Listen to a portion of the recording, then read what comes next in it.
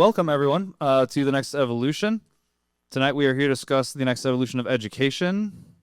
Let me make sure my slides are working. There we go. My name is Matt Wren. I'm the founder of VR AR Chicago and the Next Evolution. My passions and expertise span a whole lot of emerging technologies, and if you'd like to know more about me, please come up and say hello afterwards. The Next Evolution AWE Nite Chicago event series is now and always has been 100% free to attend.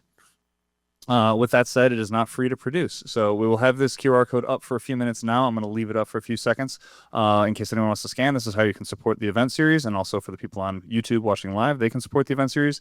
And I will show it again towards the end of the event, so don't feel like speed run to try and actually scan it right now. But that said, I lost my space. Excuse me. There we go. The Next Evolution is also AWE Nite Chicago. There are more than 30 AWE Nights all over the world. You can use the code 25 AWE Nights D for a 10% off 2 to 3 day pass to United XR Europe, which is coming up. There are 3 major events that take place around the world for AWE. There's Brussels coming up December 8th through 10th, which is United XR Europe. AWE Asia will be in February, and AWE USA will be June 10th through 12th in Long Beach. You can also check out their online courses at AWE Academy on awexr.com for more information. We also have to be very thankful to our sponsor for the entire 2025 event series, who is UL Solutions. They were gracious enough to donate a decent amount of money for us to be able to produce the entire event series this year. And with that, we also have to thank our venue sponsor, who is 2112, and Scott will make his way up here slowly to get to the microphone to introduce the space here.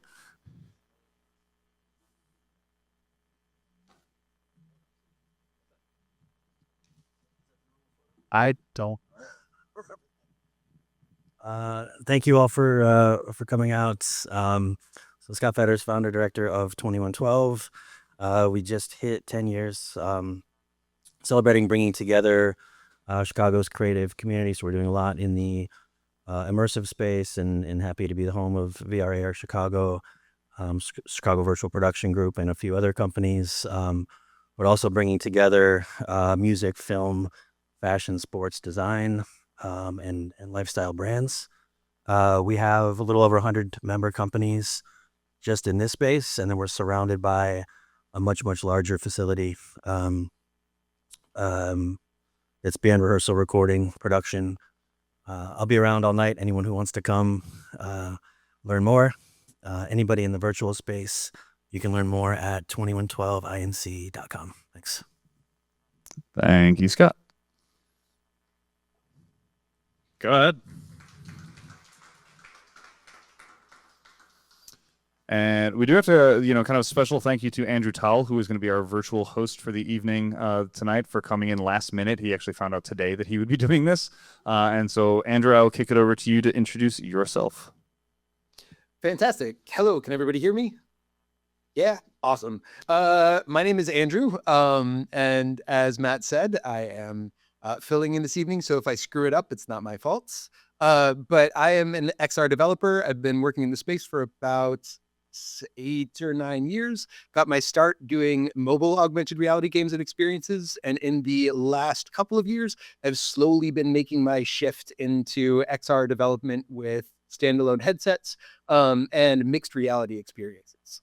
And with that, I am going to hand it over to Karen Alexander to introduce one of our partners, which is XR Women.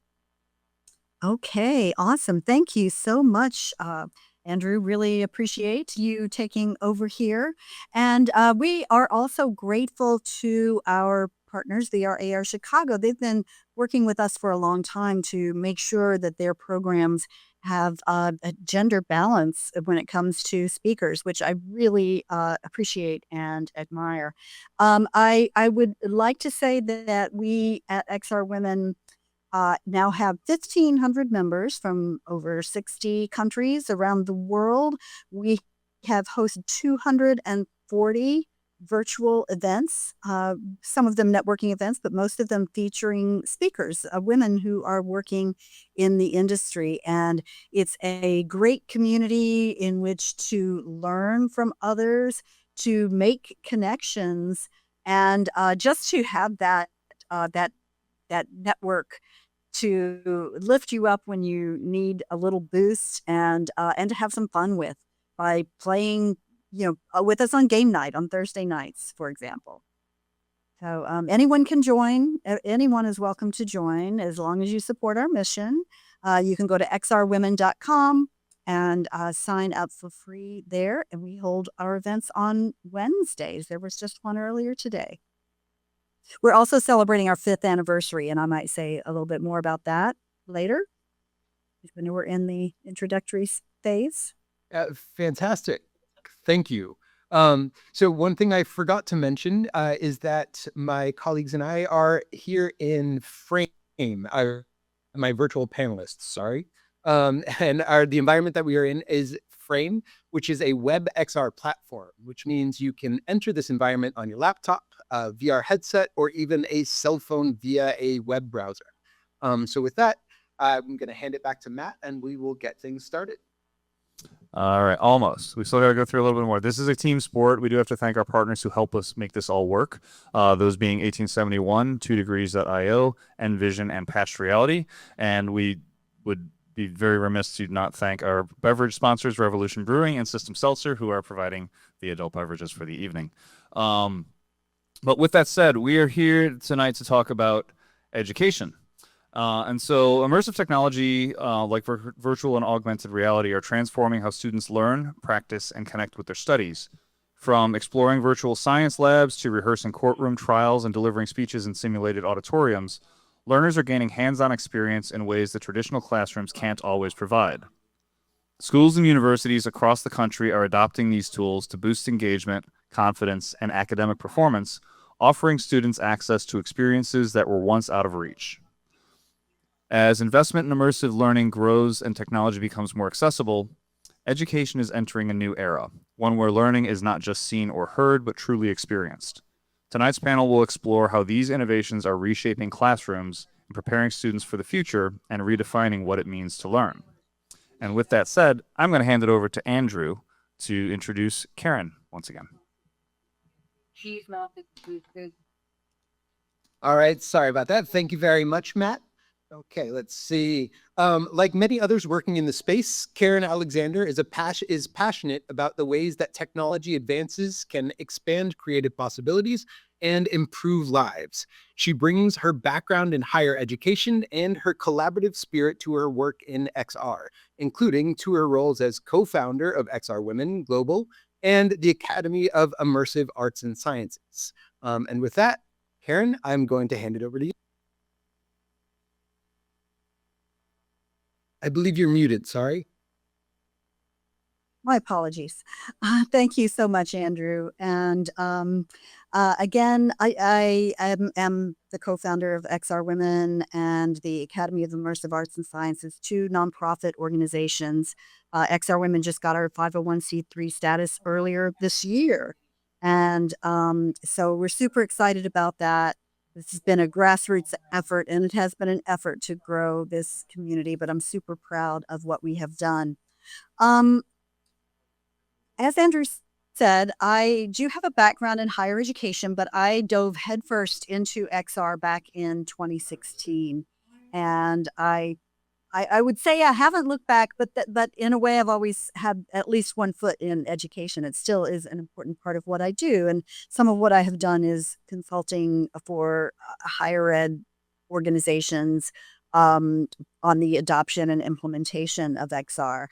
And what I want to talk about today is a project that I presented earlier today in an in-person conference here in Pittsburgh, where I am based at the Global Impact Forum. I was followed by Mark Cuban. Seriously, mine was the last session of the day. There were breakout sessions, but he was the next speaker, so that was a little exciting. And so this project is the digital twin, digital thread of AI learning. And this is something that I've been working on with the Future of Work Faculty Association. It used to be the Future of Work Faculty Academy, This is an initiative that came out of one of Penn State University's satellite campuses, Penn State New Kensington, and was funded by a Build Back Better grant. And I've been working with them over several years, giving talks and workshops and whatnot. But I was asked to work on this project, which also involves frame. So we were taking these high-level industrial concepts from the Industry 5.0 and applying them to higher education, which is challenging for professors who, maybe don't have any contact with what's going on in advanced industry and in working with advanced AI. So we are starting on a really grassroots level. We started with this concept of, first of all, the digital twin, digital thread. I think the next slide shows my co-presenters there in our session. Oh, this shows these, which we've already heard about those. So I think we can skip on to the next one. There we go. So these pictures were taken yesterday and today from the Global Impact Forum, which I mentioned. There is Dr. Charles Camarda, who was part of our panel. He's a former astronaut, and so he was talking about some of these high-level concepts. And then my two faculty member partners, Martha Benson and Francily Medina, along with Ermi, another professor from the Pittsburgh region. And we've all worked with all of them and gotten to know them through the the Future of Work Faculty Association, which is a really interesting initiative in terms of trying to connect faculty to what is happening in the workplace and all the advances that technology like AI are making in those spaces. And how do they, number one, bring those concepts to their students so that their students are familiar with them and they are ready to engage in the kind of work that we're going to see with a lot of AI and automation, even in manufacturing, which is very important here in Southwest Pennsylvania, but also to take advantage of those sorts of processes to improve their learning experiences and the learning that they present to the students. So I don't know if you can move on to the next slide. So we're working with this concept of the digital twin, which many of you may be familiar with. And this does, come out of Industry 4.0, 5.0. But we sort of took this idea of having a system, say a factory floor, and having a virtual replica of it that you can walk through and you can read information about the equipment and you can interact with it. And then the digital thread comes in, which is the next slide. And this is all the data that is collected there that shows, say, the life cycle of a piece of equipment or a system, and provides that in a coherent, cohesive way. And so the interaction between these two, sort of the bidirectional communication between the digital thread and the digital twin are hugely important. But there's also this idea of iterating on the current state of the system and improving it on the basis of the information you get from the digital thread. So, next slide, please. And this Dr. Michael Ritchie, who formerly worked at Boeing as he was the head of learning, I believe was his title there. He applied these concepts to learning. He first did it, and he gave a talk back in February to the Future of Work Faculty Association about how he used this concept to optimize a learning experience for engineers at Boeing. You can move on to the next one, please. And this is a representation of Michael's concepts, and with this iterative process added into it. Maybe a little hard to read there, so let's just move on to the next one. And so taking those things together with the idea that spatialized interactive experiences can enhance learning and that XR is a great interface for AI. Next slide. We built what we called a minimum viable learning experience. And this was just a prototype to introduce the faculty to this idea.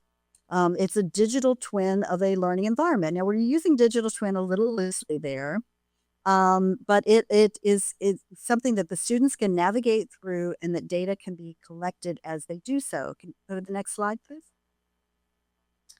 And so the teacher, the instructor, the faculty member can then take that information about the student interactions with whether it's 3D objects or whether it is PDFs or images, their interactions with the chatbots in the space, the transcripts of any lessons, the chat that they have with their fellow students. They can take those and analyze the learning and then go back and improve that learning experience. And it's a continuous process, right? So there's this way of optimizing the learning experience in a spatial environment through the collection of data. Go on to the next slide. Oh, and that is where I stopped because I thought that would be about 5 minutes. So that is the project that I wanted to bring to you tonight. Thank you. It's really fascinating work and brings up a whole slew of questions. A couple of them, hopefully we've got a couple of minutes left. Matt's going to let us know when we run over. But if I could start with, it seems like this is quite a daunting process listening to what you're working on. And many institutions want to start small. So what are some practical first steps that they can take as educators that might be exploring this avenue? Yes. Well, in some ways, maybe it is a daunting process, but we're trying to make it easy by, for one thing, using a platform like Frame.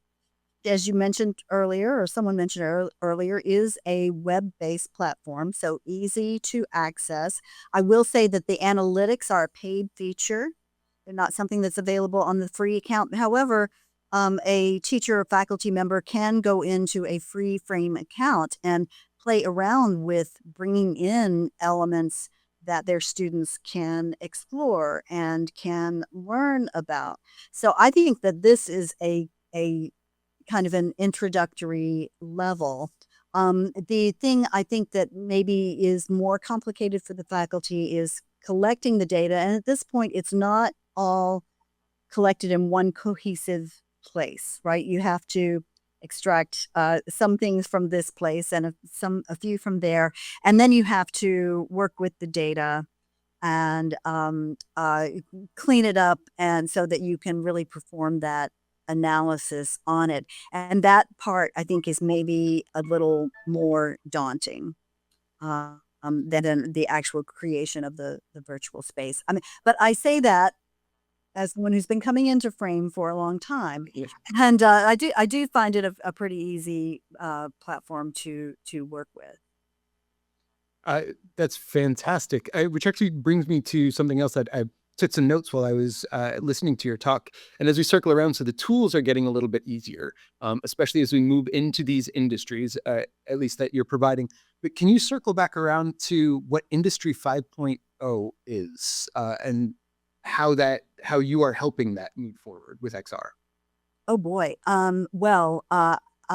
So Industry 5.0 is all about the intersection of things like AI and robotics and the cyber physical systems and the ways that we can interact with equipment in industrial contexts in using digital tools, and can do things like predictive analytics for preventative maintenance, for example. So there are here in Pittsburgh, as I said, manufacturing is very important. It's the robotics capital of the world, if you didn't know that.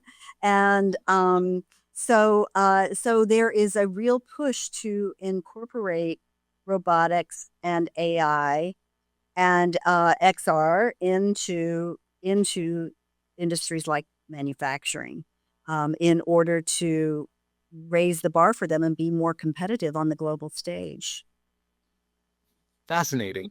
Now, circling back around again, sorry, you also mentioned digital twins, and I know many people in the room are going to be very familiar with that term. Wait, can Hey, you Andrew?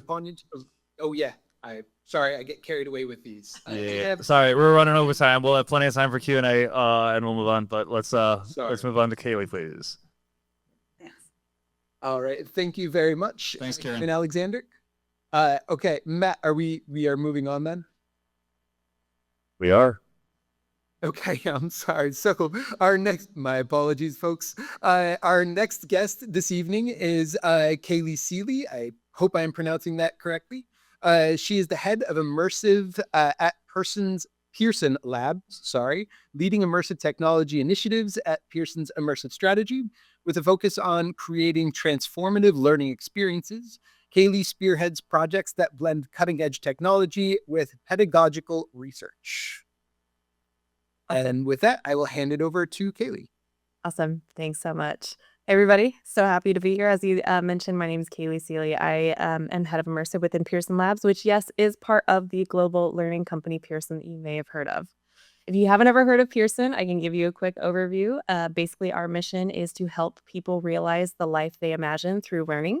And we do that mainly through our 5 different divisions. So we have everything from K-12 with our Assessments and Qualifications division, as well as Pearson Virtual Schools or Connections Academy, which some people may know it as. We do it through higher education, through our courseware and content in higher education. We also have a language learning side of the company, and then our enterprise learning and skills portion of the company. So really the gambit of lifelong learning, Pearson covers it. So we can go to the next slide. So I just wanted to show you my wonderful, beautiful team. So this is our team, Pearson Labs, and what we really do is sort of R&D and prototyping for the future of learning. So we're held within the Central Technology Office, and so we cover all 5 of those divisions that I just talked about, helping to prototype new kinds of experiences, kind of trying to de-risk the future for Pearson by experimenting. And really trying out new technologies such as virtual reality, AI, all those sorts of things. I will say, too, there are a few people missing from this slide. We just had a few new joiners who are VR engineers. We have a wonderful 3D artist who makes really beautiful stuff, as well as 2 other VR engineers, and then a product manager that are not pictured on this slide. So my apologies to them if they ever see this. We can go to the next slide. I wanted to just kind of give you an overview of how we at Pearson are thinking about immersive technologies. So I wanted to start by level setting on how we define immersive technologies. I think that people define it in a few different ways. But for us at Pearson, as it relates to learning, immersive technologies are any digital innovation that create or enhance a sense of presence and engagement by blending physical and digital worlds. So those are our 2 key words, is presence and engagement.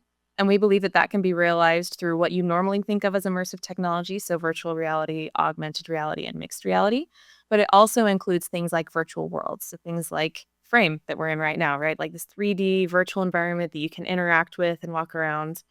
Things like Roblox and Fortnite are included in our definition. We also include things like holographic displays, anything that's 3D. I was at AWE earlier this year and saw Sony, I think it is, or Samsung has a 3D monitor that can actually like change into a topographical map, like a 3D screen.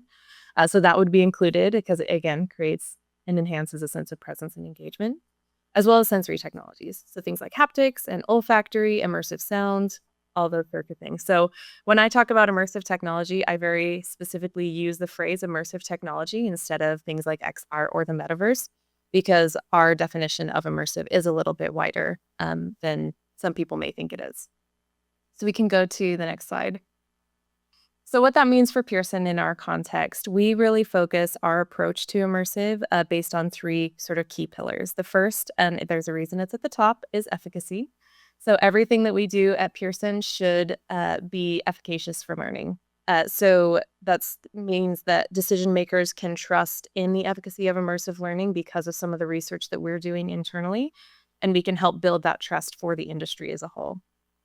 Second is implementation. So I know in education, this is a big one. It's kind of the teacher training gap that has existed ever since immersive first came on the market and still exists to this day.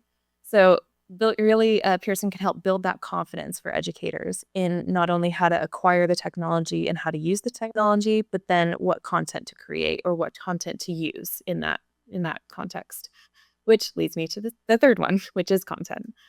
So we want to make sure that any experiences that we build in Pearson are impactful and integrate really seamlessly into curriculums, that it's cost effective, it's interactive and engaging, and we have a list of sort of our core content principles that we follow with anything that we build, and then also helping the market and educators as a whole know what those key principles are as they try and implement this in their classroom. We want to help guide educators to be able to use this technology in the best way possible for them and to achieve the right outcomes for both them and their students. So we can go to the next slide. So within that efficacy angle, we have just released very recently this infographic for educators. And this is sort of the first kind of efficacy guide that we've released specific to immersive learning. So we're really excited about that. There's a QR code here. So please take a picture, send it to your friends, definitely keep this conversation going. We want to get this out to as many people as possible. So this is page 1 of 2 of this efficacy guide that's shown on this slide. But basically what the purpose of this is to help educators kind of get that first step into how they should be thinking about immersive and how it should be implemented in their classroom.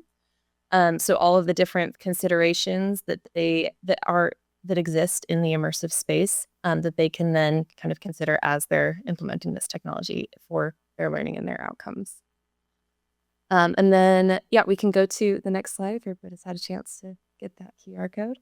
And then the other thing that I'll say is that we at Pearson Labs, our key mission is to create the future of education, and we want to do that together with our partners and with our customers. So, and with educators all around the world, right? So if you want to collaborate with us on the future of education and kind of helping us build these prototypes, helping beta test prototypes that we build, we are definitely open to that. And so I have my code up here for my LinkedIn profile. So reach out to me on LinkedIn. Like I said, if you're interested in beta testing, if you have ideas that you want to talk to me about, I am open and happy to have these kinds of conversations with kids. Are you done? Sorry, that's fantastic. That's a great place to stop. Yeah. I was fascinated with what you happen to be building. And I do have a couple of questions, especially about the prototyping aspects of things. Is there a particular, you mentioned multiple different technologies that you're using. Is there a particular platform that you're utilizing to build these prototypes, or a particular headset that you're targeting, or is it very broad in spectrum? Yeah, so one of our content principles is that we build everything that we build in OpenXR so that it's platform agnostic. But that said, our key kind of technology that we utilize is Unity to build those 3D experiences if we are talking about sort of that 3D, going into XR world. But it also depends a little bit on which immersive technology we're talking about. As you mentioned, things like haptics and stuff like that is not necessarily part of Unity's, tech stack at the moment. So we use several different technologies, but we, in terms of headsets, we have partnerships with Meta. So sorry, Shannon, I know you're not a huge fan of the Meta you mentioned, but that's a really strong partner of ours, and we're partnering with them on a lot of those different sort of 3 areas of our approach to immersive. Meta is helping us out a lot with. And so that's sort of our one of our key headset manufacturers. And then the other is Google. We have a partnership with Google and the new Galaxy XR. We have an app called Mondly, which is a language learning app, and that existed in the Meta headset, and we've just ported that into the Galaxy XR ecosystem, kind of as a hero partner for that launch. So along with these, that's really interesting to hear where you're targeting and what you're working on. But what are some of the sort of more out there prototypes or experimentations that you've used that have been successful in helping improve education? Yeah, so we are kind of in the beginning of our immersive journey, sort of, and this is actually the second iteration of immersive that Pearson has gone through. We used to have a part of a company called Pearson Immersive back in 2017, which we then sold and became a company called GigXR in 2019. But as part of that, we were using the HoloLens and we created some medical apps and things like that to help train, future medical professionals. So in this iteration, we Pearson Labs has only really been around as part of the central technology group for about a year now. So we just kind of have solidified our approach to immersive and how we're approaching this space. And so we have a lot of prototypes going on. Every single division has some kind of immersive prototype they're working on. Some are a little further along than others. But we are also looking at some of the new technologies. So if you attended MetaConnect this year, I'm sure you saw the Meta Ray-Ban displays. Something we're really interested in once they release that developer toolkit more widely. And then Google has been experimenting with a lot of those sorts of, more approaching AR. They're not true AR because it's not, 6 degrees of freedom and you can't place things in your environment through those. It's more of a heads-up display, but it's a step in the right direction. And then if anybody has an in to get an Orion demo, I want that Orion demo. Been asking our meta context, can we have an Orion demo? Because that, I think, is going to really unlock a lot of the prototypes that we've been thinking about and talking about within Pearson. So we've been talking a bunch about sort of these out there aspects and various different technologies to utilize. But for schools that don't necessarily have access to some of these technologies, what are approaches that you can use to make immersive learning more accessible for some of these locations? Yeah, it's a great question. It's one I actually get asked a lot. And it's actually part of the reason why our definition of immersive is a little bit more broad for an education context, is because there's not one way to access immersive spaces in a lot of cases, right? A lot of these startups that have apps in the market that are XR apps, you can also access the same experience on a web platform. And so doesn't need to utilize any of this super expensive technology, all that kind of stuff. But the other thing that I'll say is that I think there's a lot of misconception around the actual cost of something like an XR headset. So Meta's Quest 3S is $300, which is not necessary. It's not like $20, right? But it's less than the price of a laptop, And so I think it's more accessible than people think. And then there's also a ton of grants that exist out there. Places like the Gates Foundation, through government sources, to the UK government. There's a lot of grants that are available. And so it's part of our implementation side of our approach to immersive is to try and help educators to find those places to get those grants and how to acquire those headsets for their needs. Excellent. Well, thank you very much. Incredibly informative. I am now going to pass it back to Matt there on location, and we'll have our in-person presenter. All right. Thank you, Kaylee. Up next, we have Serena Adam. Coming up. Serena Adam is an adjunct professor at UIC's Biomedical Visualization Program, who teaches the Immersive Interactive course. The course focuses on production of education, virtual reality, and augmented reality experiences and simulations. And if you want me to advance slides, just let me know when. Okay. All right. Can everyone hear me? Because I do not have a loud voice. Perfect. All right. Perfect. All right. So yes, I'm an adjunct professor at UIC's BVIS, or Biomedical Visualization Program, which is a graduate program to essentially become a medical illustrator.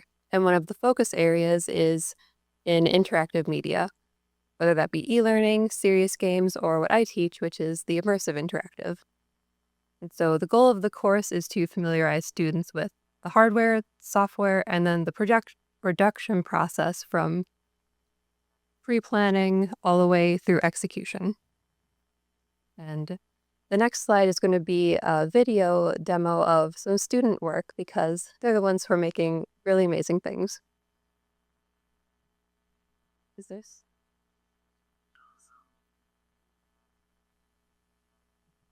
Should be sound on this video.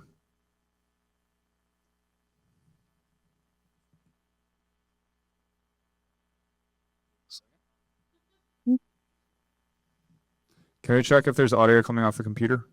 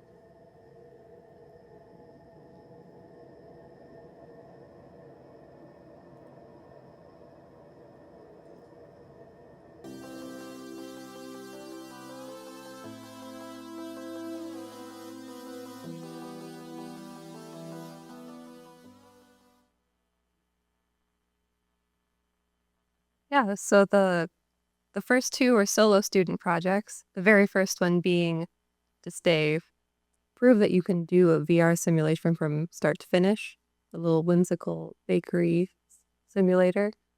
The second one is a much more involved uh, biosafety cabinet learning simulation. So that would be a good one where you can do that multiple times over and over, kind of get the feel for things. And then the final was a look at some forensics, but in a very spooky escape room scenario. So a couple ways of approaching educational VR. And across all of them, I think one thing that we focus on is if you can't get an interaction to be exactly like real life, how you can figure out something close enough where it still gets the educational learning goals across. So that's all I have. So thank you. No, stay there. So those look fun. really quickly, just to kind of get a little background on you in particular. So you've worked at the intersection of science and art and technology, clearly. What first drew you to like virtual reality and augmented reality? Is that okay if I say I like video games? I think. Yeah, that's what started it. And then just seeing all the opportunities of the immersive world fully drew me in. So University of Illinois Chicago has kind of been ahead of the curve when it comes to immersive learning for a while now. How have you seen students' interest or engagement sort of change as these tools become more mainstream? Yeah, so that one's interesting because there is an ebb and flow to it, and it does kind of correspond with, say, some of the wow factor of VR has faded a little bit over the years, which is okay because that's only a temporary bonus of using immersive technology. And so I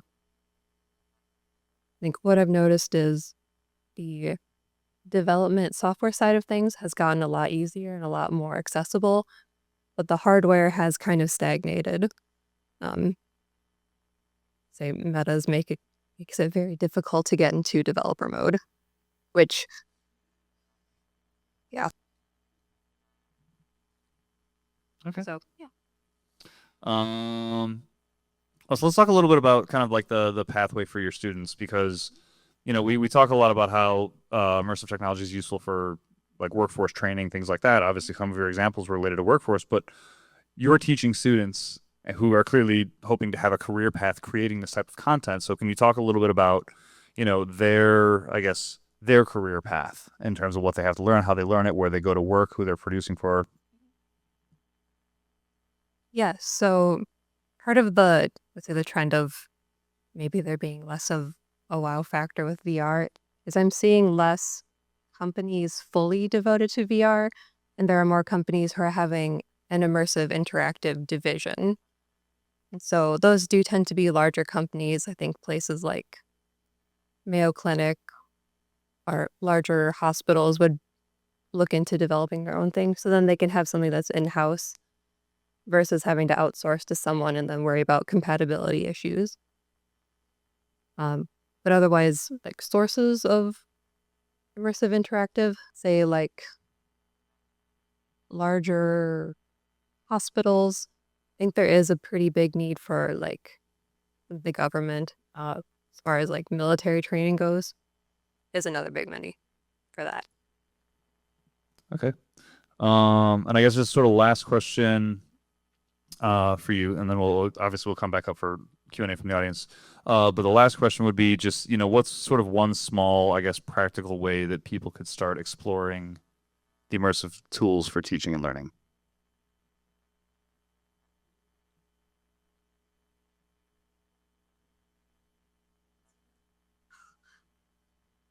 So you want like on the development end of things or just getting into Wherever you want to go. Okay. Okay, then I'm gonna die on the hill of the Google Cardboard, because if we're talking about, so it hasn't been depreciated. We're talking about affordable headsets. Google Cardboard is good because you can just put a phone into it and it costs $10. And so that's a good way to get immersive things in the hands of many people. Yeah, it's not as fancy as anything with handsets, but it could still be a good starter for just about anyone. All right. Thank you very much, Serena. And by the way, I'll be the first to say that I still actually use Google Cardboard experiences because they're easy and they're accessible and they're fun. And I'm actually seeing a huge trend towards people going back to using a lot of 360 video stuff. We can talk more about that when we get to the discussion. But before that, I want to toss it back over to Andrew to introduce our final panelist for the evening. Take it away, Andrew. All right. Thank you, Matt. Dr. Shannon Putman is the founder of Putman XR Consulting, co-founder of XReps, and founder of Jeremiah Hurt Foundation. A nationally recognized leader in immersive learning and XR innovation, she blends neuroscience, pedagogy, and technology to create transformative solutions that expand access to education, workforce training, and wellness. And with that, I will hand it over to you. Awesome. Thank you. Yes, I am Dr. Shannon Putman, originally from Syracuse, New York, and I reside in Kentucky now. And I'm just going to kind of tell you a little bit about my journey and where I started and where we kind of are and what we're seeing. And so if we go to my first slide. Yep. So I actually was a classroom educator. I taught elementary special education for 14 years. And so I think I bring a different perspective to this whole conversation than almost anybody else out there. And the fact that I actually have been in the classroom, I have had desks thrown at me, I've been stabbed. So I know why teachers will or will not use this technology. And I literally see it every single day. So I love this industry. I love everything about it. However, I think we're missing the core principle, which is actually teaching educators how to use the technology, no matter what it is, no matter the headset. So what I do is I am legitimately that 1950s door-to-door salesman that is teaching the housewife how to use a vacuum cleaner and what is it. And I knock on the door and I smoosh and then I tell them, this is a vacuum cleaner. This is how you use it. This is why it makes your life better. And then when that vacuum cleaner doesn't work and it breaks because it is not reliable yet, no matter how many times we think all these headsets are reliable and work every time, I'm the person that's on the other end of the phone that you can call and actually get support. And then I go to the next house and I go to the next house. And until we do that, this technology is never going to take off, no matter if it's XR, if it's AR glasses, if it's a headset, it's just not happening. And so that's what I do. And I literally started with, I opened up the first VR lab in an elementary school in Kentucky, and I managed 50 Oculus Go's by myself. I used to, if you go to the, and you can see that in the corner there on this, in the slide, but if you go to the next slide, I love this because of a couple of different reasons. One, I get to show off my dogs, Wendy and Jesse. I used to load them up with my husband every Sunday and head on down to 500 West Gilbert and literally put every single headset on, update them, everything. And then I learned how to create student teams so that then the students could do it. And that wasn't always all on me. And so we went from this whole theory of not being able to, manage everything all at once to now having management software, which really changed the game for education. It's pretty much impossible to have any large scale deployment. And I consider anything over 4 headsets large scale without that management software. And then also in that upper left-hand corner, that is my boy Jeremiah. And that was the Oculus DK2 kit. I started back in VR in 2016 and it was awesome. And I saw single-handedly how it changed students' lives. And so I've been dedicated to it ever since. And that's why I'm so passionate about it and why I have that kind of New York fiery, energy, because I know what this technology can do and these students desperately need it. And you can have the best software in the world, and if the teacher doesn't know how to use it or won't let the student use it, it doesn't matter. And so we have to start at the beginning. And the industry loves to jump to the next cool thing. It was like, oh, now we got standalone headset. Awesome.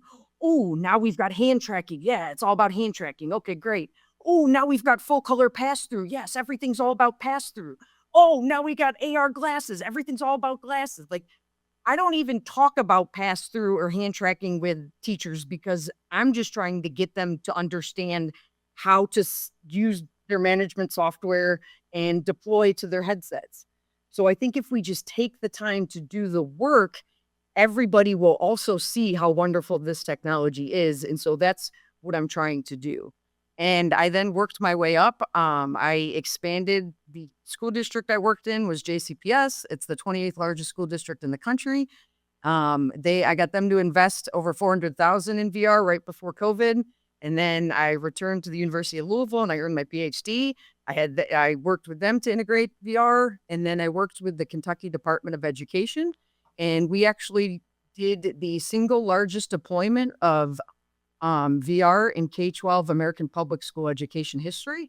We deployed 2,450 headsets across 35 counties. And so it doesn't matter what level it is, it's the same issues at every step. And so I'm always trying to be proactive with that. And if we go ahead and we look at the next slide,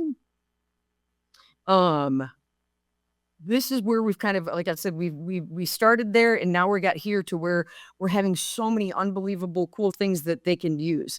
We have, companies like Skillberry where they're actually using a real welding torch. And so they get the weight and the feel of the welding torch, and they're welding in virtual reality. And those things, along with like the haptics and everything, that increase that presence.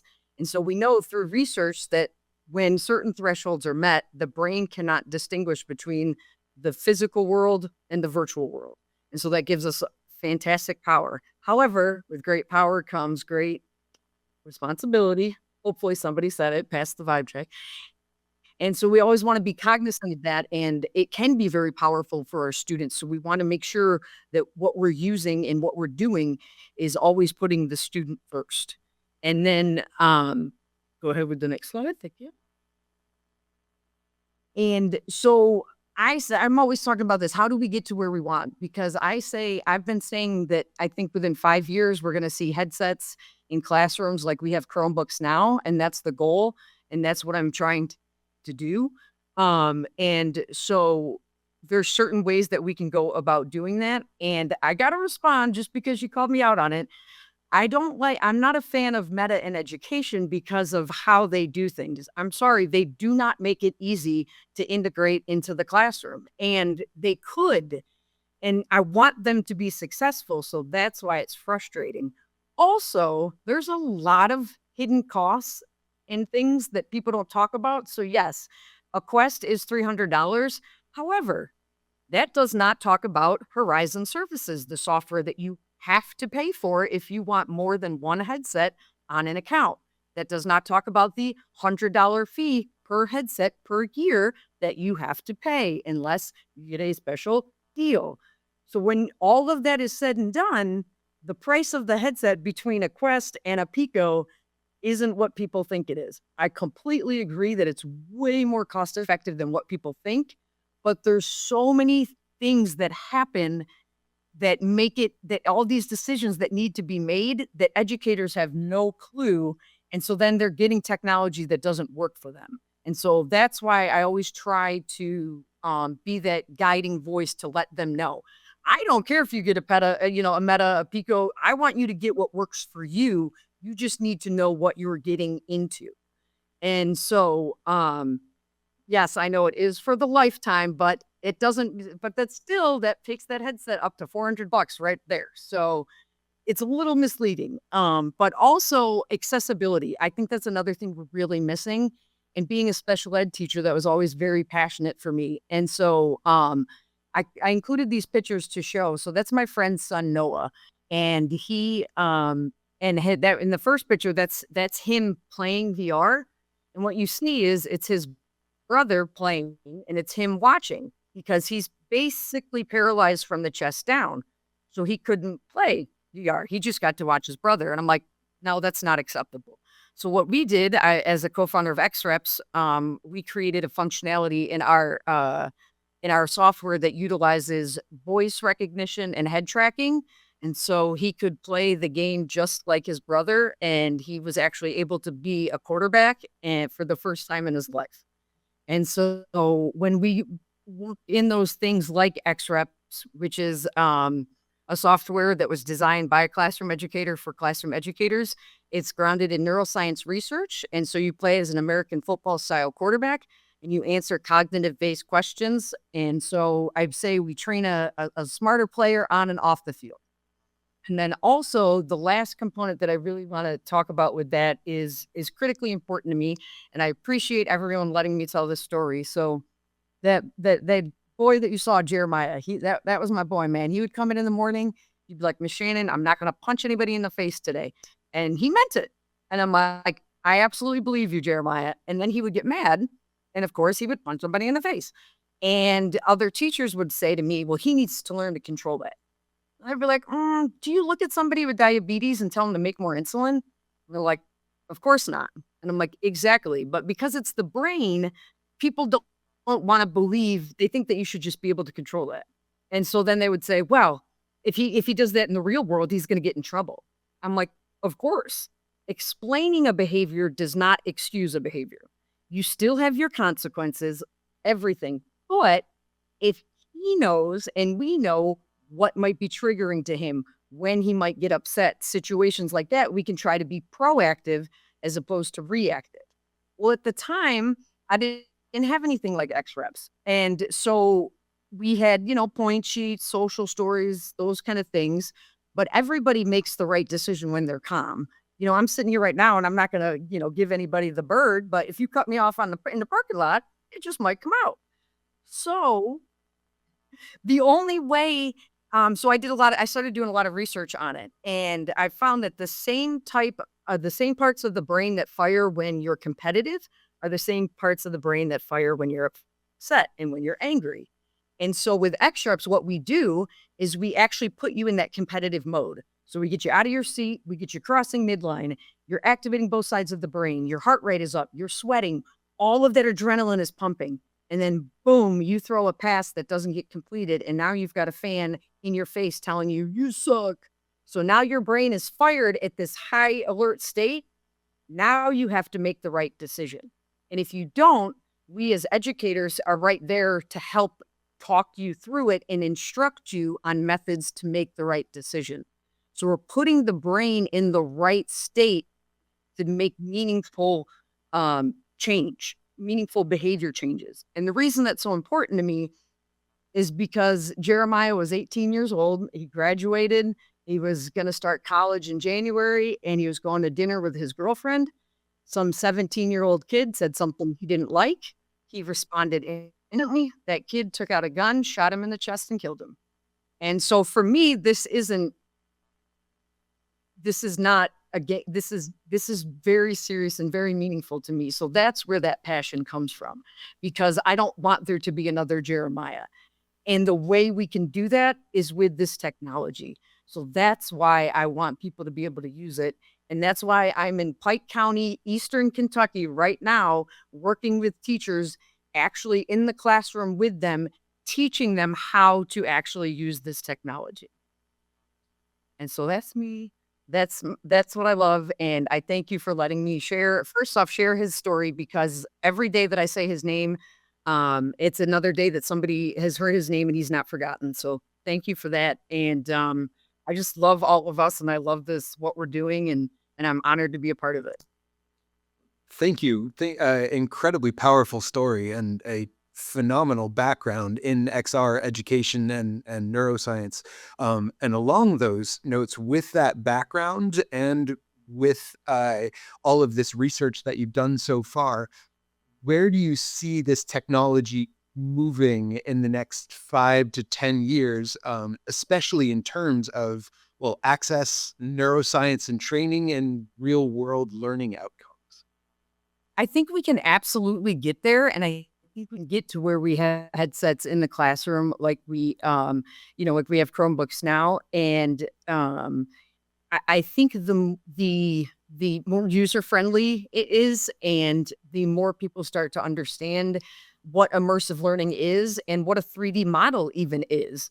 Like, people don't even know that there's free 3D models that you can put in your PowerPoint presentation right now. And people are like, what? I'm like, so just starting with a 3D model, even on your computer screen, and getting them to understand what an immersive learning in a 3D environment is and why it's so valuable.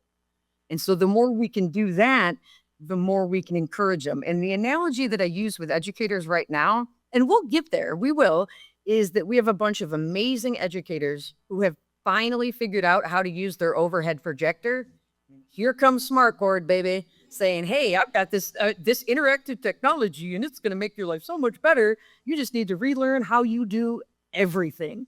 And so they're just like overwhelmed. And what happens? They use it as a giant projection screen. So I don't want headsets to become giant projection screens. And so that's what that's why I think we need to focus on that before all of these other exciting things can be used efficiently. Excellent. Well, thank you. Incredibly informative. And we've got lots more questions, I'm sure. But now we need to throw it back to Matt there on location, and we will actually open up Q&A, I believe. Thank you very, very much. Yeah, and actually, if we could, let's just take a moment really quickly and thank all of our presenters for what they've presented so far.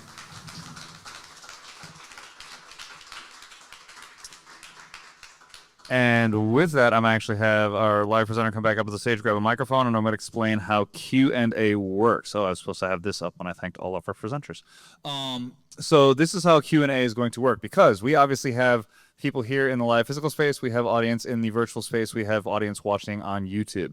So if there is a YouTube question, what will happen is Tom's actually going to text it to me and I'll be able to read it out here. Anyone in the room here, if you want a question, please raise your hand, and to a certain degree, I'll say keep it up so that Ron can keep track of who has questions. He will bring the microphone to you, because ultimately if you ask a question, you're not talking to the microphone. The people in the virtual space can't hear you, and the people on the live stream can't hear you.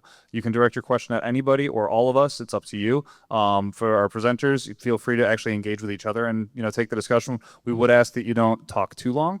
Maybe a minute to 2 minutes per answer, because we do want the discussion to go on. And ultimately, for those of you in the virtual space, you have a button on your screen in frame that says I have a question, which will cause your hand to go up. If that hand goes up, Andrew will be able to see it, and he can call on you and he can let us know that we have a question. So with all of that said, I think I explained it all and gave people enough chance. I'll just see who's got the first question. We got one in the back of the room. And I'll do my best to also watch the virtual space, Andrew. I just have a quick question. Whenever I've gone to these educational meetups and seminars, I'm always interested to find out where the parents fall in all of this, because they're key to kids' education, and I know we're looking at educators solely at this point, but how do we not leave the parents behind as their kids go forward with this new technology and the educators move with them?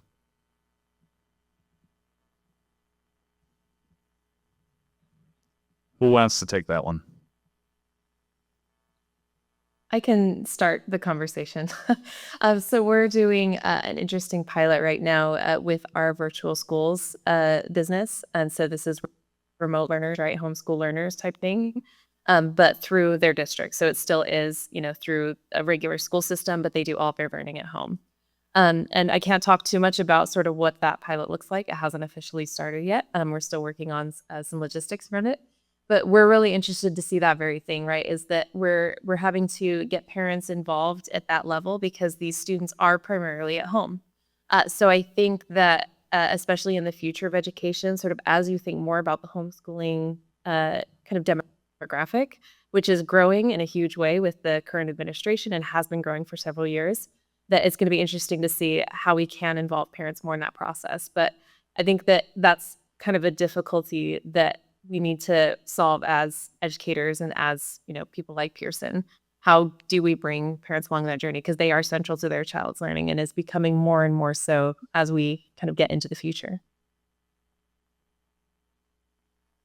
Yeah, absolutely. And just to add on to that, I think it's just communication, letting the parents know what technology is being used, how they can use it and how they can be involved in it, having the technology available at, parent-teacher conference, open houses, those kind of things, and not shying away from including them in the process. And I think that that's key for education in general. And the more we can have them learning that technology and enjoying it with their student, the better. Yeah. Yeah, I'm thinking back to the days of when the personal computer was first introduced, and at the time, from my perspective anyway, it seemed like talking about higher education in particular, that higher education was sort of leading the way in introducing personal computers and having people work with them, and that they sort of found their way to the public in part through that experience that a lot of people had as students or maybe as parents of students. And I think there's a lot more happening now. It's really picking up in terms of adoption of XR in schools. Well, thanks to Shannon, but it is definitely picking up. But there, for a long time, there hasn't been that sort of leadership in the part of the education system in terms of adopting the latest technology. And so I think that, yeah, parents might encounter it because their kids want a headset to play games on, right? Rather than thinking of it as an educational tool. And I think that's something that managing that perception is an important task.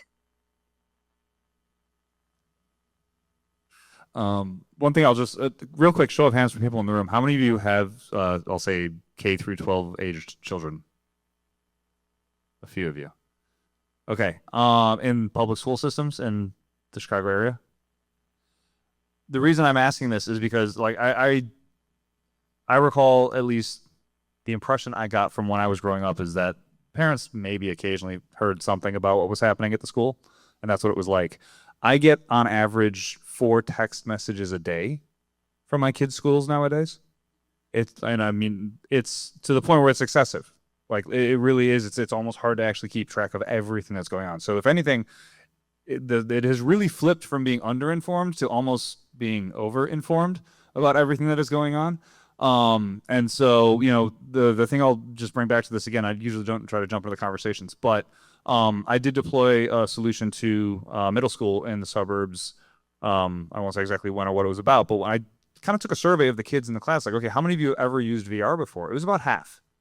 And so that was really neat to see for a group of middle schoolers that at least, most of them had used VR before. None of them raised their hand on, have you ever used it for anything other than playing games? So that was the first experience of them actually doing something with it in school. And we did have a permission slip in a system that went out to the parents, so they did know about it ahead of time. So they are being engaged, but that was one thing that definitely came up. And that was one of the things that I definitely communicated with the school before we actually deployed to them, was that was like, we need to make sure that the parents are aware that the kids can do this and that they have the option to opt out.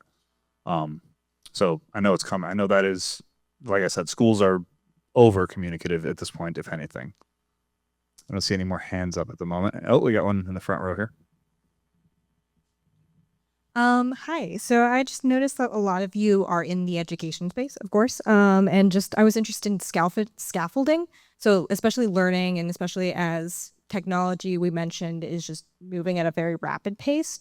How do you scaffold both like your education and also like the product you're putting out to the general public? Because sometimes like you're working with people who haven't even, like, they don't even know what a VR headset is. And then you're trying to add on all these like extensions and add-ons, and it can be a lot, basically.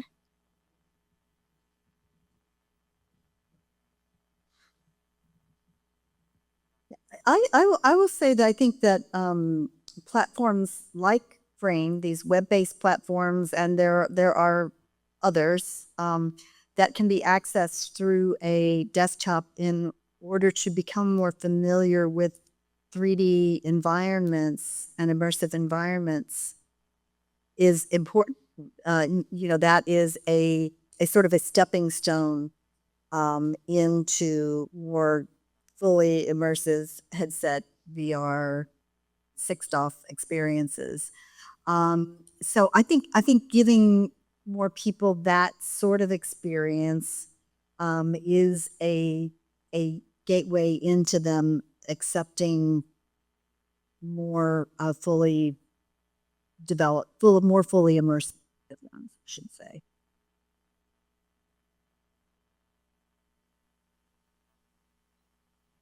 So I kind of I'll take this into a slightly different lens, and I wish our learning scientist was here because she talks about scaffolding all the time in terms of the learning experiences that happen in XR.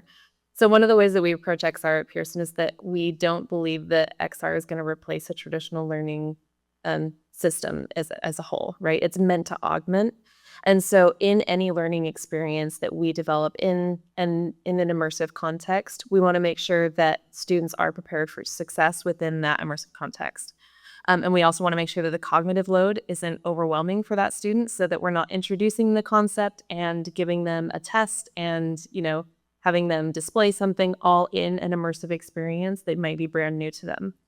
So that scaffolding is important to set up that experience, and it should be part of an overall curriculum and part of an overall lesson plan, not a replacement. So that's just the only other thing that I would add, but also yes to everything that Karen said. I think that was a fantastic point that you just made too, is the first 2 to 3 times I go into a classroom and do VR with students, it's never anything educational as far as like instructional, because it's overwhelming. They're so excited. They haven't done it. They have to learn how to navigate what is smooth movement, what is teleportation. There's this whole new world of skills that everybody has to learn. Kind of like when we went, like when we started getting one-to-one devices in schools, they had to learn what is a tab, what is a search bar. It's a whole new vernacular. And so exactly what you said, not overwhelming them and also not forcing it on them. I love technology, but a VR headset and HMD is the one piece of technology I will not force on anybody. If they don't want to use it, they don't have to. And I think that's important too, because a lot of times now you have to do it in your Google Classroom or you have to do it on the tablet. And I think it's good that we still have that option and that student still gets to maintain some of that control. And if they're overwhelmed, they don't have to do it. So I think finding that good balance and encouraging as opposed to forcing it on somebody is also critical. Yeah, and one thing just to kind of echo that point too, Shannon, is that we want to make sure that we're utilizing the technology in the right ways. It's just like any other tool. You can use it for good and you can use it in ways that are not so helpful. And immersive is not the answer to everything. XR is not the answer to everything. There are very key things that XR is very good at doing. So if you're familiar with like the Stanford DICE framework, so things that are dangerous, impossible, counterintuitive, or expensive or rare to do in real life are really great use cases for XR. But maybe something like showing a PowerPoint in a headset, like not that helpful. So that's the question that you always want to be asking yourself too, is why are we not doing this in the real world, right? Or why are we not doing this in another format? Why is immersive the right format to deliver a piece of learning? So I know we've kind of taken this on a little bit of a tangent, but. Oh, I was gonna loop back to the idea of having the immersive interactive be integrated into a bigger curriculum. That's one element that I don't think we've touched on is some people just get really, really bad motion sickness. And sometimes that's just an acclimation issue, or sometimes it just makes it basically impossible to use VR.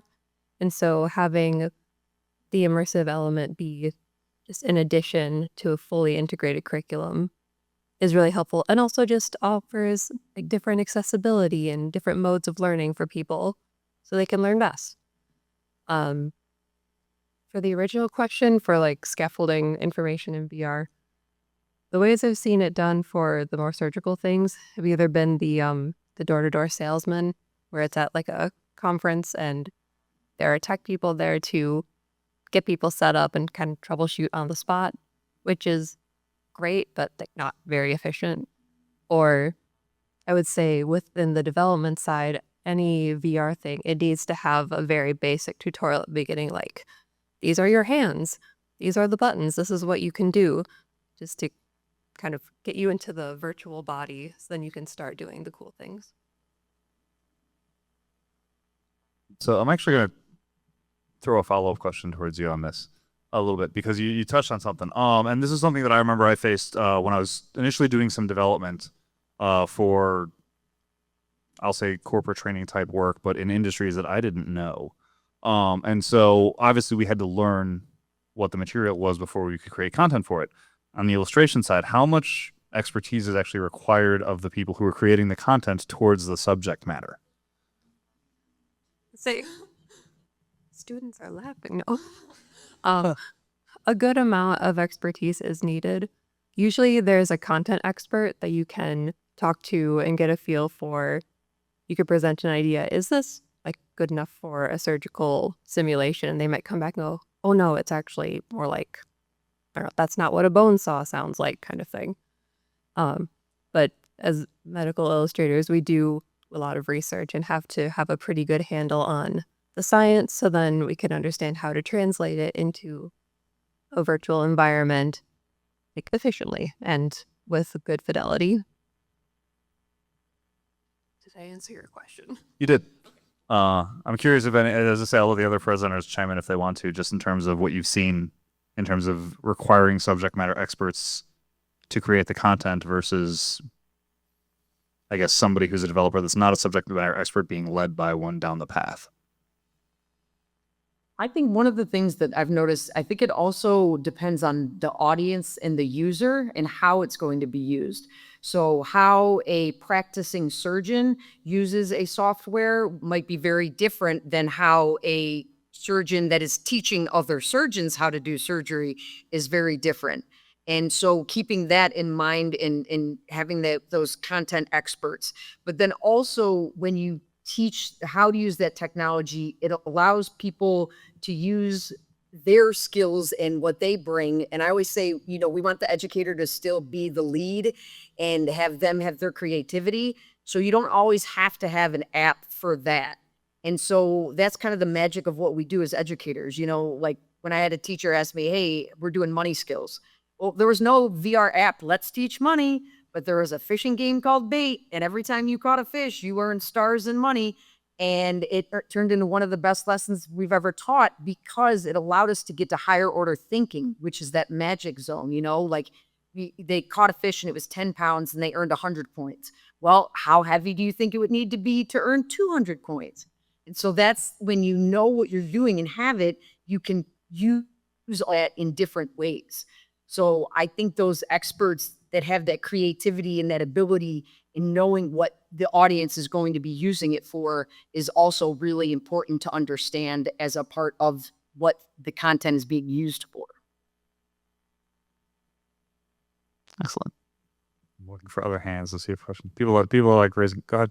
Actually, I have a question for you, Serena.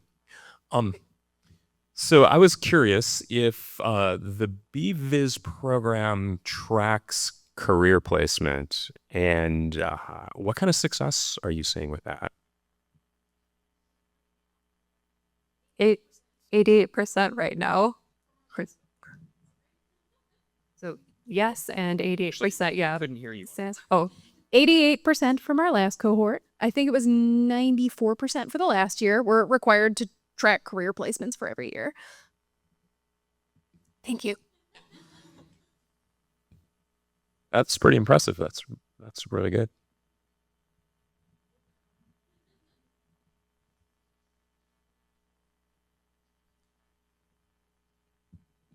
Hi, this question's for Dr. Putman. When you're doing your 1950s vacuum cleaner sales pitch to educators, is there a go-to example or experience that you feel like best demonstrates the power of immersive experiences in education?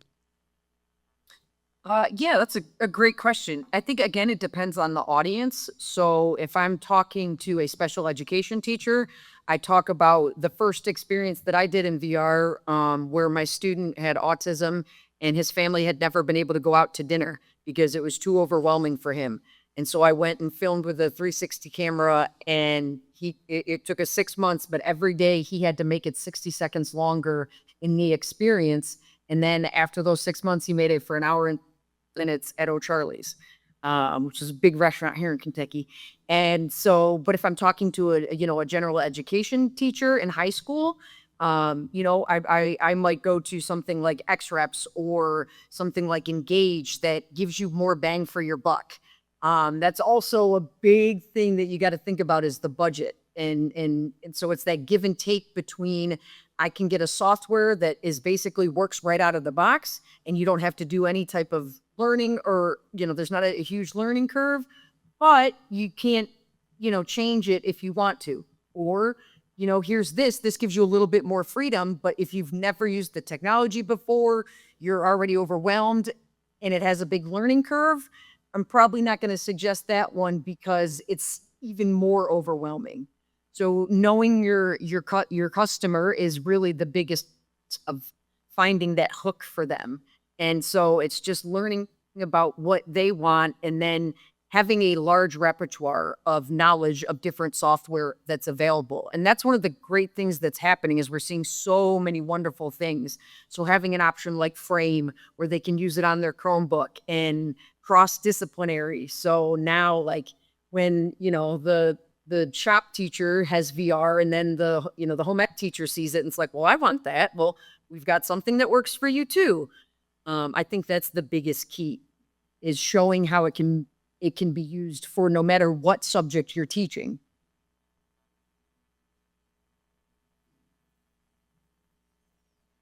I see a couple questions in the room here.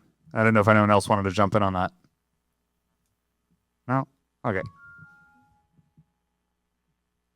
Hey, I just wanted to ask, when there's new hardware or software or platform or anything that is entering the market, what's the normal like pipeline direction of how it gets from development to classroom? Are they pitching it to like the school district, and the school district buys 1,000 seats and then sends it on down to the school teachers? Are the teachers learning about it and then begging the school district to fund it? Or is it going to like a Google, and then Google is then putting it through some massive pipeline that the rest of us don't know about?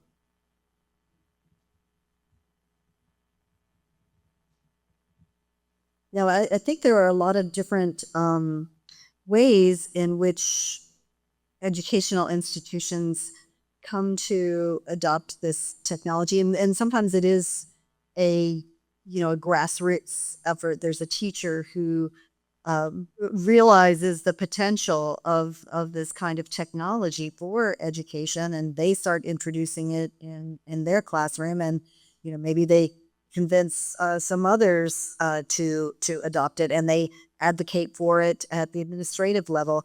And in some cases, there's a top-down process where someone at the top with the authority and the purse strings will decide, okay, we're going in for this. We're going to do this, and both are fraught with dangers. In the latter case, I think sometimes, unfortunately, schools will spend a lot of money on a very fancy, shiny system that maybe can't be customized, or is proprietary in some ways and requires a huge investment, and it will not serve all their needs. And then they sour on the concept, and certainly for teachers who are really trying to make a difference and to offer their students some a better way of learning in some cases, and that if they're not able to convince the administrators and to really get buy-in, then that can be very frustrating and disheartening for them as well. I have a bit of an add-on question to that, and we've sort of touched on this a little bit, but we've been talking about the benefits of XR in education. Are there any, you just mentioned sort of the financial dangers, but are there any perceived drawbacks or downsides to using the tech? And if so, how do you sort of waylay like parents' fears or schools' fears when you're trying to get these into the hands of kids for education? Yeah, so one of the things that I definitely think is a concern is, everybody is of course concerned with privacy and security. And so, there could be a lot of software, and maybe, if they don't have great security and things like that, student data is always, especially when you're under 18, we got to be extra careful about that. And, AI, people either are terrified of it or they love it. And so, getting people to understand the actual technology and not just what they think they've heard about it. But also, like I said, with that power, I had a student, we were doing, it was called My Brother's Keeper, and it's a 360 movie that was made by PBS, and it puts you right in the middle of the American Civil War and in a battle. And there was a student, she didn't say anything, and she had been in an actual shootout at her job. And so it was beyond triggering for her because it was so real. So I think those are legitimate fears and concerns, and we have to take those very seriously. And so you always want to make sure that, whether it's data tracking, whether it's, student data, student information, you're taking the same steps of securing everything that you would with anything else.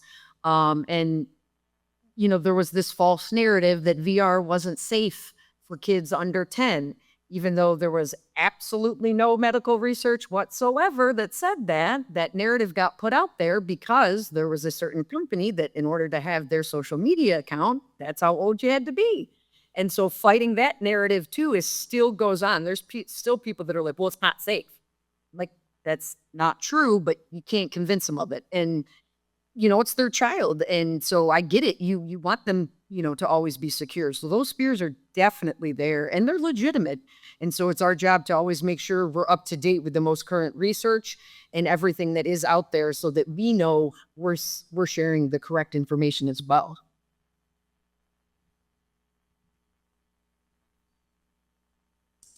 Yeah, I think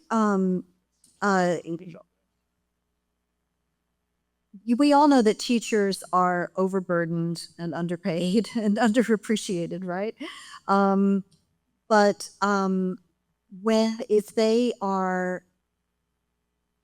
if they're asked to take on something that is, and they're used to being in charge of their classroom, right? They're the ones who are in control.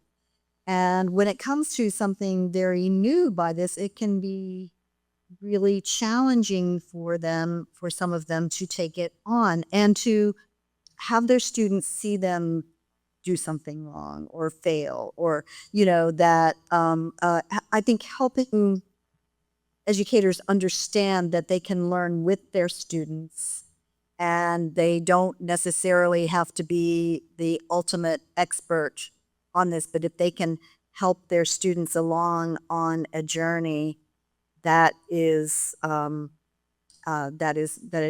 worthwhile, and also a good lesson in humility or lifelong learning, right? So modeling that, being willing to not know everything in a certain context, but still to try it and to give it a go.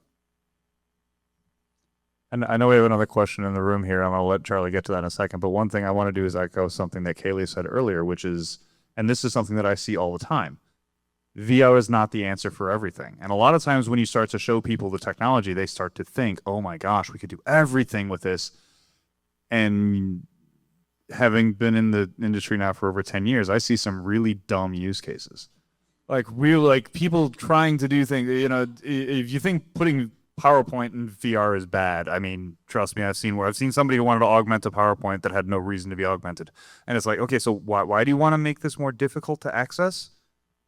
It's already an animated PowerPoint. What are we going to add to it?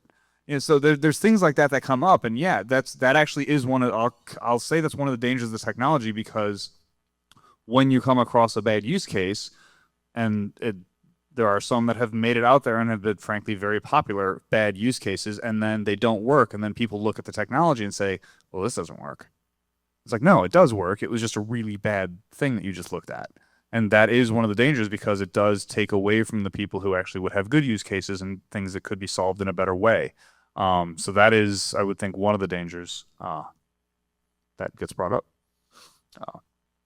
Go ahead, Charlie.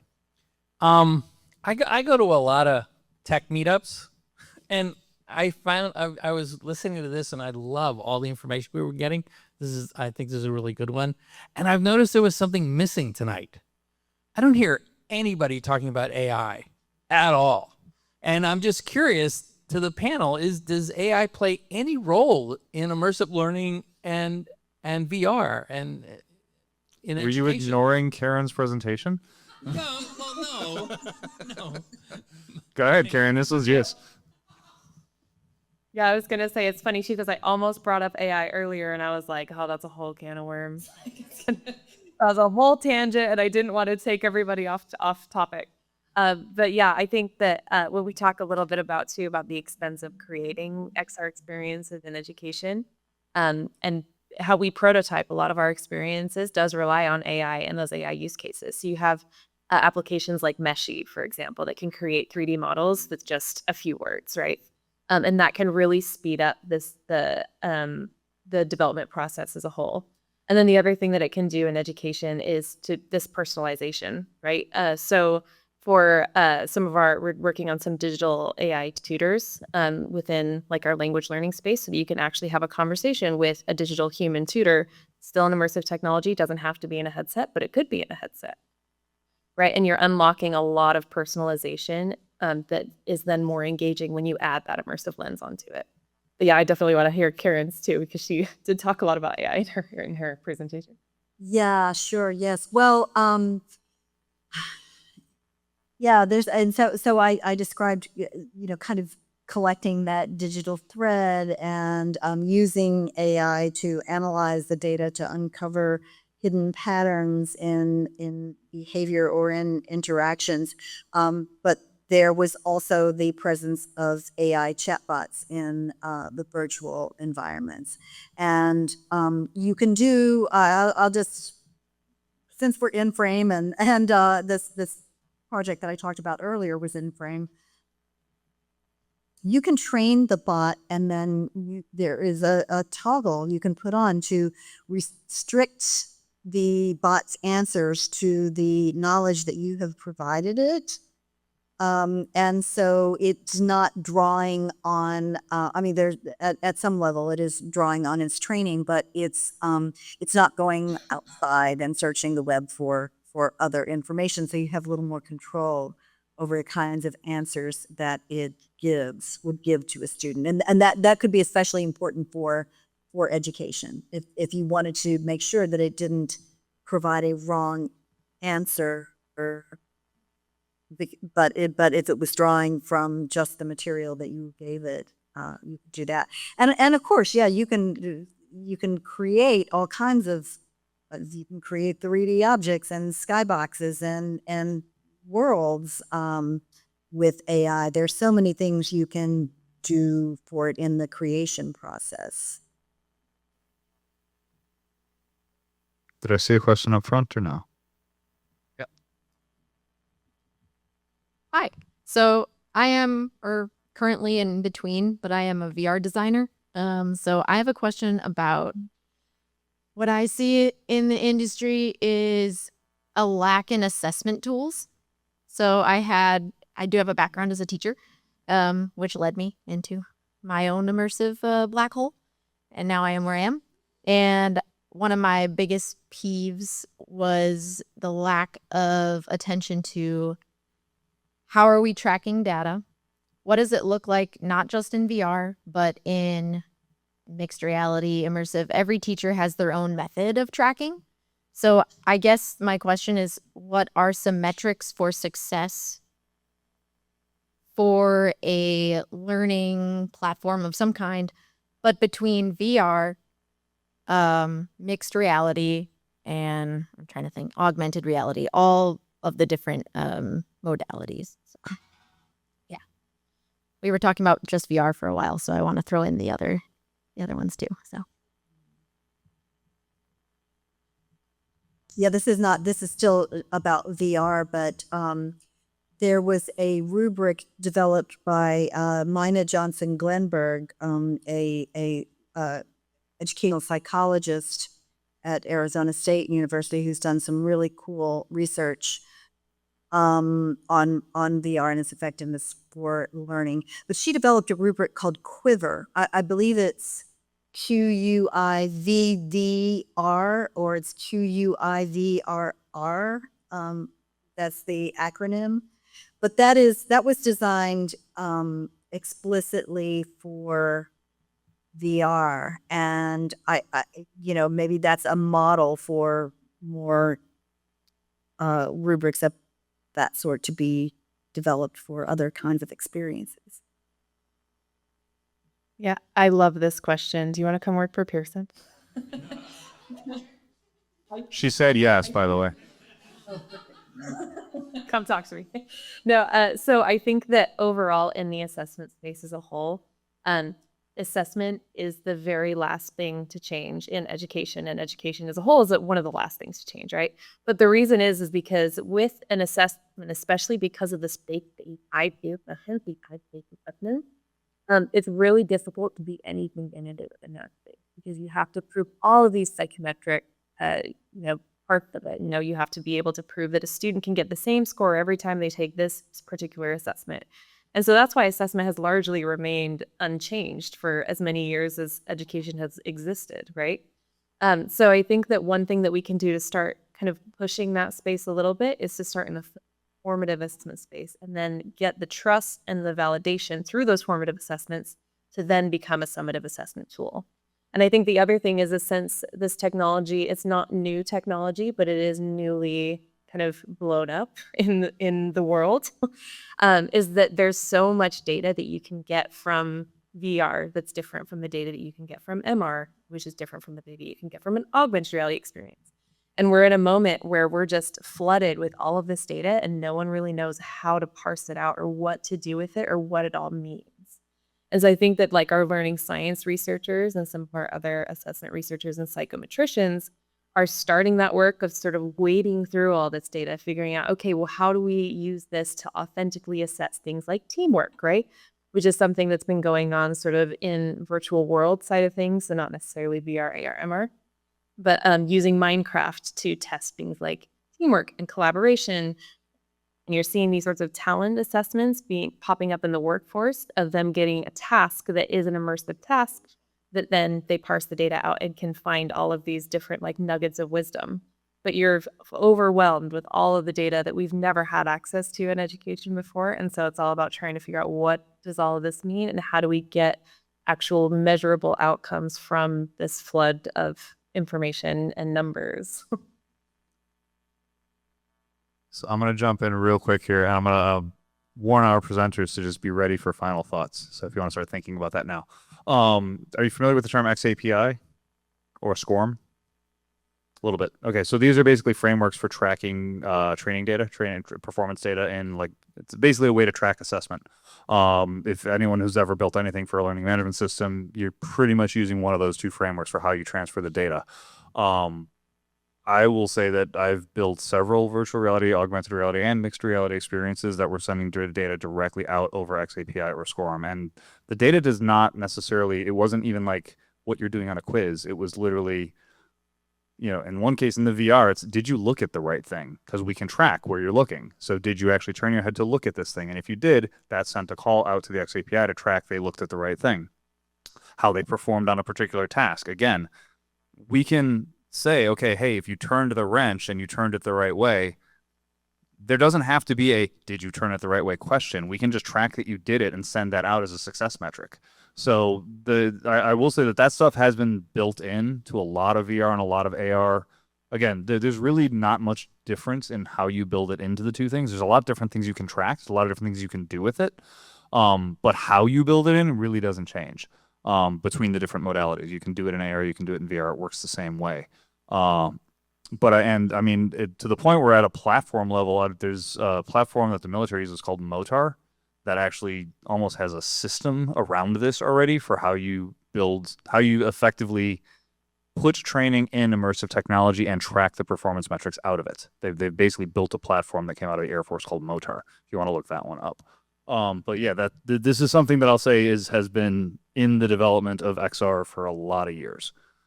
So it's definitely there. Happy to talk to you more about it, or obviously you can reach out to Pearson because they know all about it.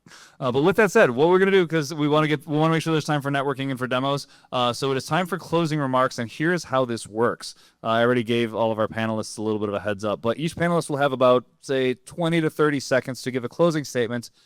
It's entirely up to you what you want to talk about. You can just talk about your last project. You can talk about something that we discussed here today. It's all up to you. But I'm giving you time and I'm speaking right now so that you have a chance to think about what you want to say during those 30 seconds.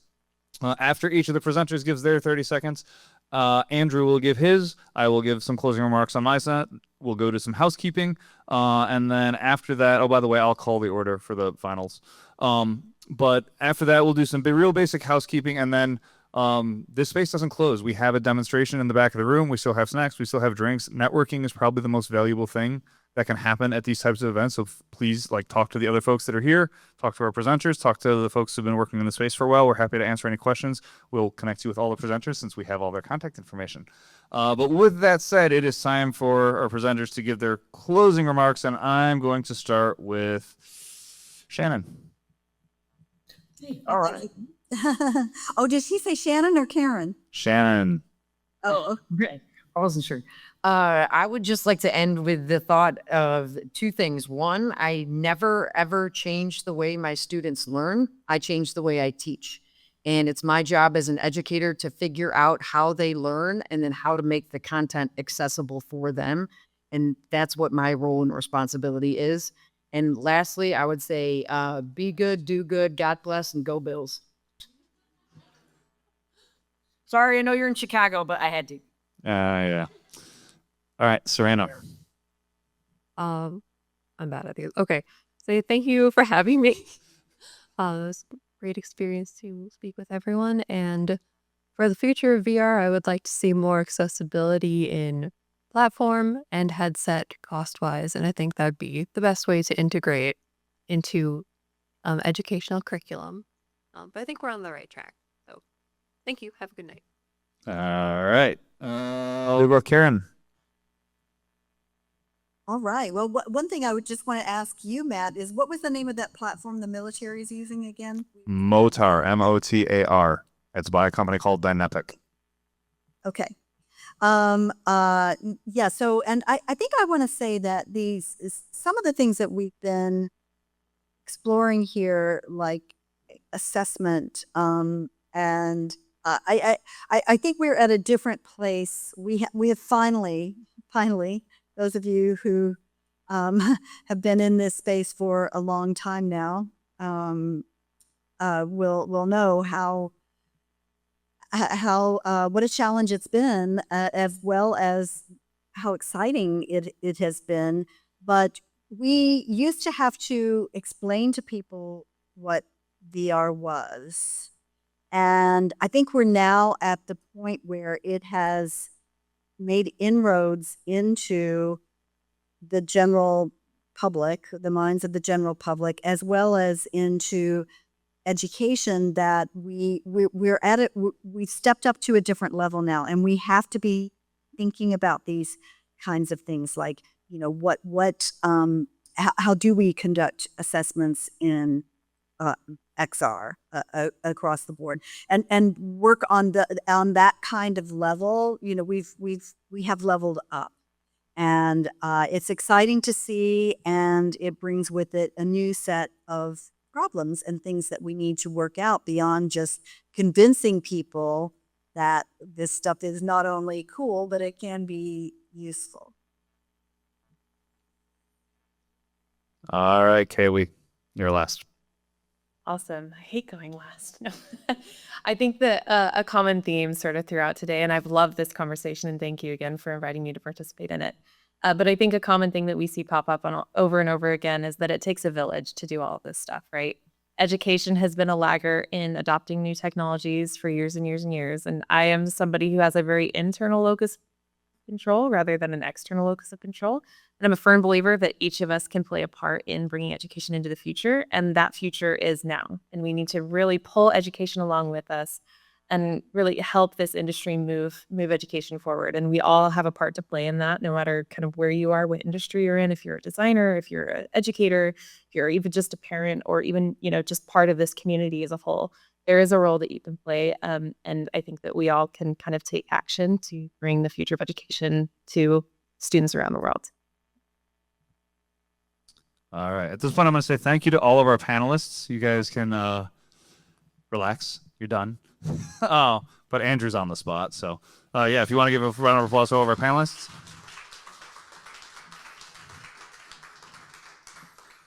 And go ahead with your final thoughts, Andrew.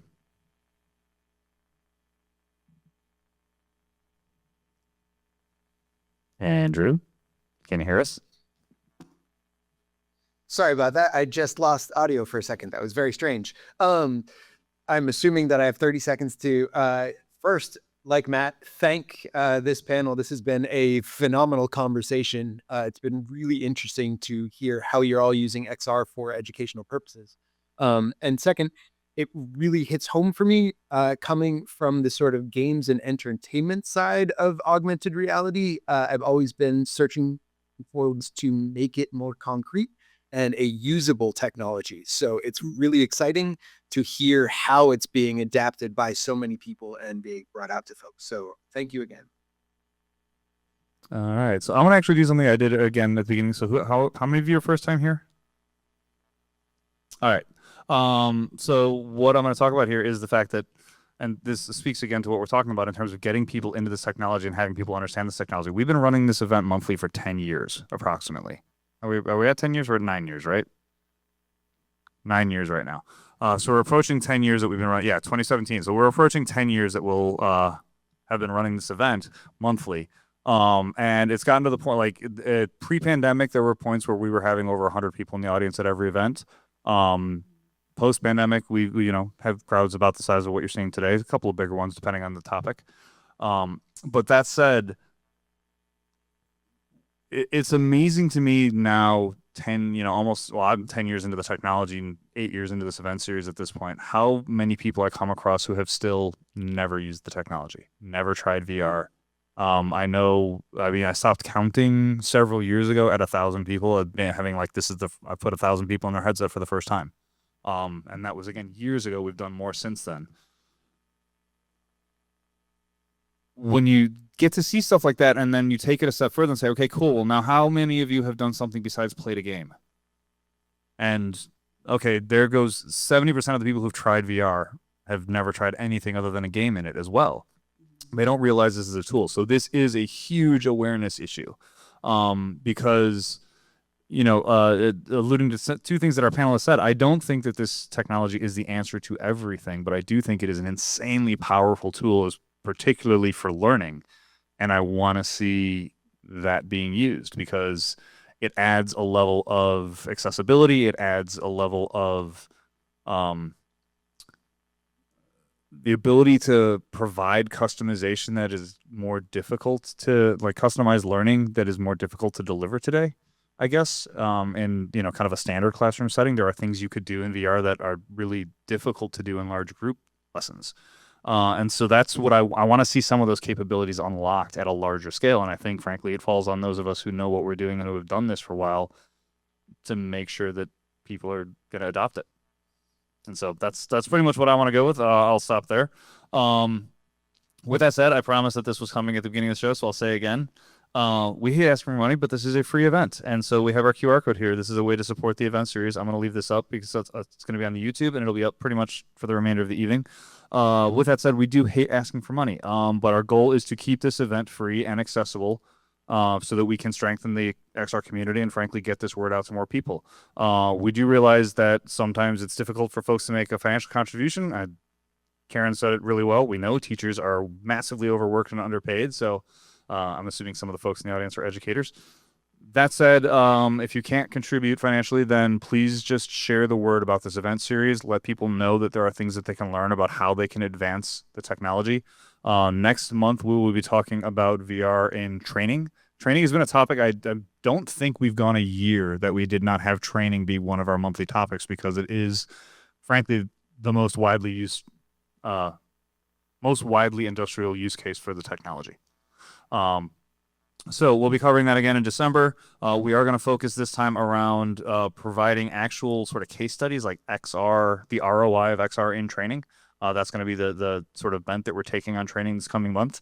And we hope to see a lot of you there. But with that said, do I have anything else I have to talk about? Other ways you can support.